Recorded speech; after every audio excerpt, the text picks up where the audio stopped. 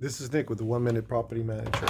Communications is one of the most important aspects, but the group chat system with WhatsApp is one of the best things you can actually have.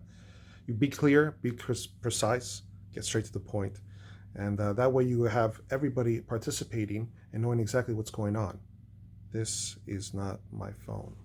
So, how to set up another level. This is the levels that you want to set up with. As a manager, you want to set up with your office, with janitorial, with maintenance, and that's your key personnels of these locations. In addition, you want to make a second one that attaches the board to some of your key personnels, which would be maintenance and office and janitorial, so that all of you can communicate. Why two separate ones? Well, one is to talk directly to your staff, and the other one is to inform your board. You want to have two types. So that's your newest way of setting up, communicating, and actually getting things moving along. Everybody's on the same page. Anything that can happen, hey, I need help. And hey, look at this. You can take pictures, you can do video.